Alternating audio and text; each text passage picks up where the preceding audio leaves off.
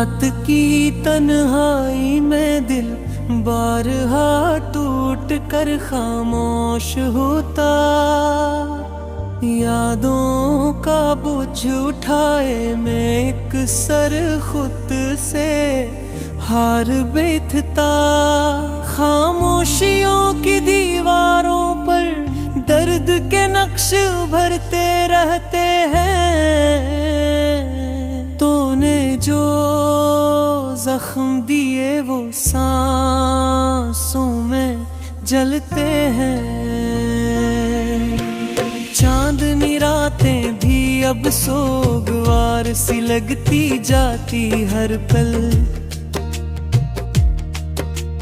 तेरी जुदाई की आग के कोने में जलती रहती। आँखों में भीली नमी तेरी यादों की तकरार सुनाती रहती। ख्वाबों के खाली मंजर बीनाई को रोज थामे रखते हैं। बिखरी हुई खामोशी हर मोड़ पर टूटे दिल को पुकारती। तेरी बातें अब धीमे साए बिन कर पलकों पर ठहरती। लम्हों की धड़कन तेरे नाम की बाज़ गश्त सुनती रहती है।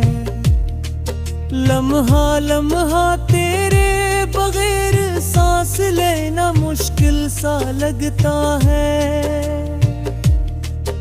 उजड़ी हुई राहों पर मैं खुद से लड़ता रहता हूँ। लफ्जों में छुपी तलखी